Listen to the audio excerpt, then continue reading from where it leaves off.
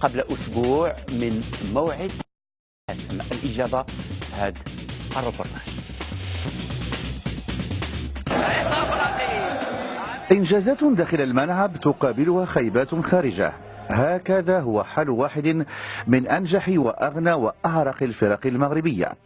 التتويج بلقب كأس العرش قبل أسابيع، والتنافس على لقب الموسم الحالي، والمشاركة المرتقبة في كأس الكاف، كلها عناصر تكون صورة جميلة ظاهريا، لكنها تخفي وراءها وضعا مأساويا لفريق سجله مثقل بالألقاب والإنجازات.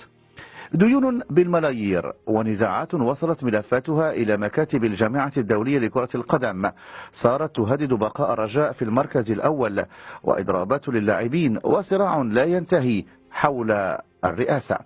الرجاء أصبح اسمه مرادفا لكل ما هو سلبي.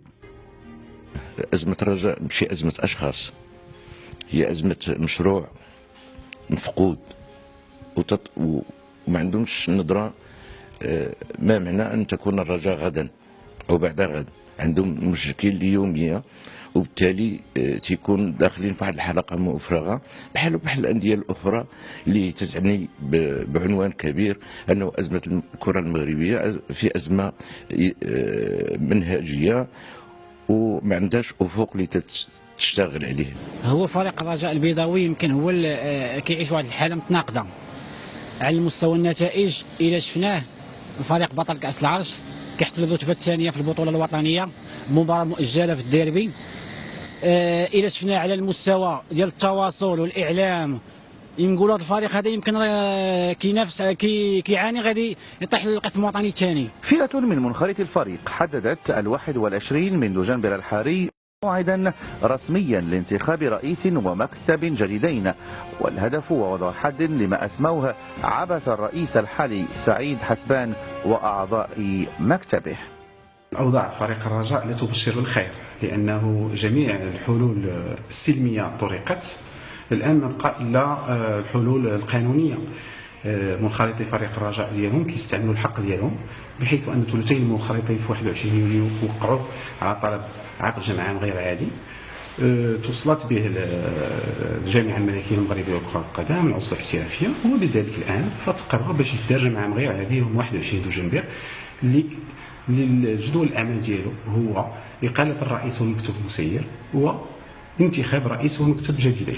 أعتقد أنه الرجاء اليوم أبنائها يجب أن يفكروا كيف يحلون المشكل، ماشي يصبحون جزءا من المشكل، وبالتالي تيبقاو دائما تيعيشوا في واحد اللحظه من اللحظات ديال الفراغ ديال المشروع، الفراغ ديال الفكره، وبالتالي تيبقاو غير عايشين في هاد بحال يساهموا في واحد السيناريو رديء جدا. خطوة المنخرطين يقابلها قرار لرئيس الرجاء سعيد حسبان حدد من خلاله يوم 8 من يناير القادم تاريخا لعقد جمع عام عادي قبل تحويله إلى غير عادي لانتخاب مكتب جديد. كان تيظهر لي بأنه المنخرطين وصلتهم الإشارة لأن لأول مرة كنديروا جمع عادي وغير عادي. غير عادي من أجل انتخاب وكيل اللائحة والأعضاء ديال اللائحة، لأنه هذا المكتب هذا درم عليه لمدة تقريبا واحد 18 شهر، فالنتائج كانت كتخول لنا أنه نبقاو في الاستمراريه حتى الاربع سنوات اللي كيخولها القانون التربيه البدنيه، ولكن ما بغيناش نزيدوا نزموا الوضعيه ديال الانقسام بين المنخرطين، لان اليوم ما عندناش قسمين ديال المنخرطين، يعني جوج فئات. اليوم ولات تكتلات اللي مع الاسف اساءت لسمعة الرجاء. الدعوة ديال 8 يناير فيها مجموعة من التحايلات، فحتى جدول الأعمال كيبين بأنه الرئيس ما باغيش يمشي، لأنه ما كيشيرش للاستقالة ديالو، ما كيشير كذلك لأنه باغي يصادق على وكلاء المرشحين يوم الجمع العام، يعني انه باغي يجيب مفاجاه يوم الجمع العام، مع انه يمكن له انه يشير على المصادقه 10 ايام قبل. هادشي كله كيوحي بانه الرئيس لا يريد ان يترك المنصب ديالو. درجه الاحتقان بين مكونات الرجاء بلغت مستويات غير مسبوقه، مكتب مسير يتهم منخرطين باقتحام مقر إدارة الفريق لعقد اجتماع غير قانوني، والمتهمون يعتبرون أن صفة منخرط في جمعية الرجاء وحملهم بطائق تحمل عنوان مقرها يخول لهم ذلك. احنا منخرطين في جمعيه نادي الرجاء الرياضي. العنوان ديال الوازيس هو العنوان اللي في القانون الاساسي. المنخرطين توجهوا لهذا العنوان المقر ديال الوازيس، طرقوا الباب، تم فتح الباب بطريقه سليمه بطريقه حضاريه. دخلوا الناس، دخلوا اجتمعوا بيناتهم 10 دقائق ولا 5 دقائق من بعد عاد جا الحارس كيقول لهم بانه الدير عاد اتصلوا بيا وقالوا ما كانش عليكم تدخلوا او شكل من هذا القبيل. فالمنخرطين كلهم ظنوا من بعد ما فتح الحارس الامني فتح الباب بدون مشكل انه راه المكتب المسير ربما وعى، وربما عاد ولا بغى يكون مكتب مسير كما ينبغي. حتى المنع اللي كان ديك الفئه القليله سامحهم الله انهم ما يجتمعوش، فكانت رساله ان الدوله ما يمكنش انها تتعامل خارج الاطار ديال القانون، خارج الاطار ديال المؤسسه. حيث لماذا قمنا بهذه المسائل وقمنا بالاجراءات التاديبيه؟ لماذا؟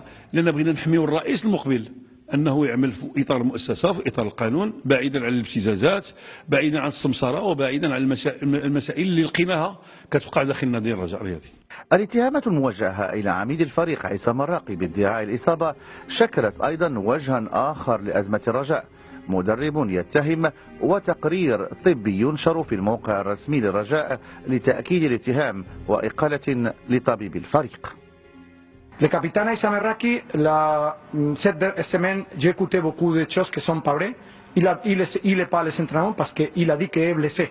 Après une semaine de la grève, après une semaine d'avoir pas d'entraînement, il vient et dit que c'est blessé. Blessé de quoi? وضع غير عادي لفريق غير عادي، حساباته البنكية محجوز عليها قضائيا، ولاعبون لم يتواصلوا بمستحقاتهم كاملة، وموظفون دون أجور منذ أشهر عديدة، ودائنون ينتظرون دورهم في استخلاص ديونهم. ومع ذلك العجلة تدور، لكن مع تهديد فيفا بخصم 6 نقاط من رصيد الفريق وإنزاله إلى القسم الثاني قد تتعطل العجلة ويستسعي إصلاحها. زعما الله يكون في عون خوان كارلوس غاريدو كيكتشف شي حوايج اللي عمره ما شافها في المسار الرياضي ديالو، ويعني بسوء الحظ كيكتشفها في المغرب. سيثري ويغني رصيده التدريبي ويستعد ربما دابا بعد هادشي كلشي يجي سهل. الا دروا في هذه الظروف صراحه، الا دروا في هذه الظروف راه من بعد كلشي يجي سهل. حنا في الماتش عندنا كل واحد شاد شي دوسي، وهذا الدوسي ديال الرجاء كلفنا به السي هشام رمرام. السي هشام كما قال زميلنا يعني عبد الرزاق مصباح، مشروع ديال فريق الرجاء يبدو مشروع مفقود وسيناريو رديء. بالفعل، لانه الرجاء الان ملي كتشوف الترتيب ديالو، ملي كتشوف انه فاز بكاس العرش قبل اسابيع، فما يمكنش يتيق شي واحد، لانه كاين بعض الناس الان اللي كيقول لك هذا الشيء راه مبالغ فيه وهذا الشيء فيه الكذوب، ويمكن انه كاين شي وحدين دايرينه يمكن متعمدين باش يمكن انه يبعدوا الاعين على الرجاء كاين. ولكن ملي كتدخل في الكواليس كتعرف بانه الوضع غير عادي وغير طبيعي، وكتقول انه فين كانوا هاد الناس اللي يمكن انهم تركوا الرجاء باش توصل لهذا المستوى هذا. فانا غنعطيك مثال. فالان الرجاء مطالب باش يأدي 1 مليار و200 مليون كاشطر ديال المنحه ديال اللاعبين في هذا الشهر هذا. كاين 600 مليون، كاين 600 مليون ديال النزاعات، ديال الملفات ديال النزاعات اللي خصها تأدى كذلك في اقرب وقت، ومنها الملف ديال القربي اللي غيهدد الرجاء بالخصم 6 نقاط من رصيده، كذلك انه يكون مهدد باش ينزل القسم الثاني. هي 1 مليار و800 مليون بطبيعه الحال، يعني حسبنا 1 مليار و800 مليون. الا زدتي عليها المصاريف الاخرى ديال الدائنين وما الى ذلك، فعلى الاقل خص تكون واحد 3-4 مليار الان على الاقل غتحل جزء كبير من الديون ديال الرجاء. اذا هذه فقط الشق ديال المالي. كاين كذلك اللي هو للاسف حتى حنا بعض المرات كنساقوا في واحد التركيز على مساله وكنسوا واحد مساله اخرى، لانه اللاعبين هما اللي في الواجهه، ولكن كاين هناك مشكله اجتماعيه داخل الرجاء، لان كاين موظفين، كاين مستخدمين بسطاء اللي منذ 10 اشهر ما تلقاوش الاجور ديالهم، كنعتقد بانه ما نحتاجوش نقولوا للناس كيفاش غيحسوا في هذا الوضع هذا. كاين كذلك الان القضيه اللي تفجرات الصراع ديال الراقي، الاتهام ديالو بانه تعمد الاصابه، انه ما لعبش، تقرير طبي كذا ما الى ذلك. فكنظن انه الامور وصلت لواحد النوع من تشتت داخل هذيك المجموعه اللي كانت هي نقطه القوه في الرجاء، اللي هي هذا هو الخطير. هو الا وصلت تشتت حتى اللاعبين اللي شادين الفرقه واللي يعني مضحيين باش يوصلوا الفريق للنتائج. وملي مدرب يولي يعلن رسميا امام العلن بانه الراقي تعمد الاصابه، بانه الحفيظي كذلك شنو السبب، علاش هو كان داير اضراب كيفاش غيتصاب. وحنا على من كنتكلموا هنا على يعني الركائز ديال الفريق، عامل الفريق ونجم الفريق. الركائز ديال الفريق، والان المعضله كيفاش غنحلوها، واش غنحلوا المشكل اللي كاين ديال اللاعبين، واش غنحلوا المشكل المالي، واش غنحلوا المشكل الاداري. الان شفنا انه كاين في الاسبوع المقبل كاين جمع عام غير عادي للمنخرطين على حساب تصريح. ربما تساؤل مطروح اين هم رجالات الرجاء، لان الحديث الان الازمه راه ماشي غير طالت، الازمه راه استفحلت وبلغت واحد المدى اللي ربما ما كنتصوروش فين تقدر توصل في عمليه شد الحبل ما بين الان المنخرطين وبين الرئيس والمكتب والناس اللي مساندين ليه. هناك اجتماع كما ذكرتي في 21 مارس الشهر، الرئيس كيتحدث على الثامن. الان جاء تدخل المكتب المديري بالبيان اللي صدروا نهار اليوم، الاجتماع اللي غادي اللي لما المكتب المديري. المشكل المطروح الان ان هاد الناس هادو اللي ربما كانوا كينتقدوا المكتب المديري هذه السنه، الان مشاو كيلتمسوا منه. يعني اسيدي نقدنا واعتق الفريق وانتشلوا من الازمه. لكن فقط كنتحدث جلال على اين هما رجالات الرجاء. هذا هناك ناس اللي ساهموا في انه يكون فريق الرجاء فريق قوي سنوات عديده. كيف يسمح انه الفريق الرجاء يتم تلطيخ الاسم ديالو يعني والاغراق في الوحل ديال هذه الازمه منذ اشهر؟ هناك العديد من الاسئله ديال المشاهدين الكرام اللي كيتابعونا كذلك في صفحه الفيسبوك لقناه ميديا تيفي، صفحه الفيسبوك لبرنامج الماتش، عبر الفيسبوك لايف. هشام، حول يعني تهديد اسقاط فريق الرجاء للقسم الثاني.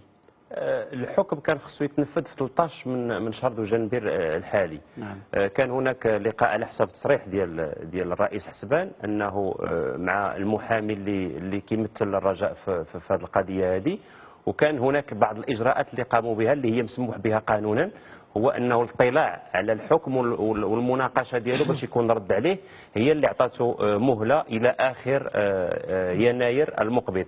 وبالتالي فإلا ما تصفاتش هذاك المبلغ ديال قضيه القربي، فممكن الامور تمشي الى ما هو اسوء.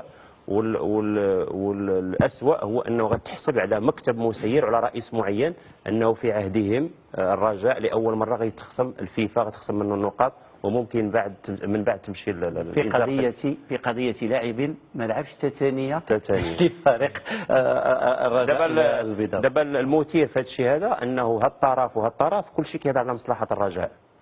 يعني هلال بسرعه لان باقي لنا موضوع اخر وسحبنا شويه الوقت. يعني انت يعني عضو من العائله الكبيره ديال فريق الرجاء اللي عشتي معاه يعني لحظات تاريخيه على المونديال الانديه رفقه المدرب فوزي البنزرتي، كيفاش كتشوف الحاله اللي وصلت لها اليوم الرجاء؟ حاله مستعجله. انا في نظري فريق الرجاء دخل منذ مدة لغرفة الإنعاش.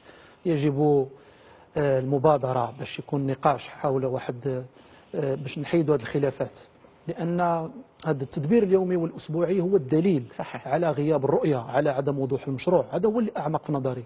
المشكل في الرجاء مشكل بنيوي ستريكتوريال هيكلي. الهيكلة الحالية للرجاء لا تلائم لا طموحات الجماهير ولا المنخرطين ولا المستشهرين، وتتأثر على جودة التكوين وتتأثر على المستقبل ديال لا، أنا ما يؤسفني هو التصدعات والانشقاقات التي أصبحت تعرفها المجموعة الرجاوية، لأن سمعنا بأن كاين لائحة سوداء اللي معظمهم غادي يكونوا في لائحة المغادرين، اللي أريد بهم أن يتحملوا مسؤولية الإضرابات. مجموعة من الأمور، لحقاش يجب حماية ميثاق الشرف. لحقاش شنو هو ميثاق الشرف؟ هو مجموعة من القيم والمجتمعاتية والأخلاق. لحقاش هذا أنا يعني الوسط الرياضي معروفة في هذه القضية، عنده مفاهيمه وقيمه، وليس من الشجاعة ولا من الشفافيه ان يتم الكشف على بنود العقد صح. ديال لاعب او مدرب، لان تتبقى لحقاش هذه ماشي في ميدان كرة القدم، يعني حنا في الخدمة ما كتعرفش ما عندك حتى شي معلومه عارفين فؤاد مخلص مزيان، ولكن ما عارفينش بالضبط شحال. بالضبط شحال. راه باينه من الكوستيم. هذا هو الاثنين. اذا مجموعه من الامور يجب ضبطها، وما ننساوش بان هاد الناس اعطوا الشيء الكثير، هاد اللاعبين او المدربين السابقين اعطوا الشيء الكثير وفرحوا وصنعوا افراح للرجاء. سي با دو جور او لوندومان نخرجوهم من لا بتيت بورت. صحيح. يعني يجب وضع هاد الانا، هاد الازمه ديال الانا، لا كريز دي زيغو اللي كاينه، لقاش الرجاء نابارتي بيرسون، الرجاء ما ديال حتى واحد. الحلقه الثابته والاقوى هو الجمهور، كل شيء يقدر يمشي بحاله ونجيبوا ناس اخرين والرجاء كونتينيو فيفغ، باش نكونوا واضحين. لقاش هذا الشيء يحز في النفس، وخص الرجاء اون اورجونس الرجالات ديالها. انا لن اخوض فيما هو تسييري لكي لا ازيد الطين بله. لانه اكثر غموض واكثر تعقيد، وللرجاء رجالاتها وهيئه منخرطها وقاعده جمهوريه جد مؤثره. يعني الحاله مستعجله جدا، نتمنى ان شاء الله دي جور ميور بور لو رجاء. ذلك ما نتمناه. كذلك يعني من بين المواضيع المبرمجه عندنا اليوم مشاركه فريق الوداد في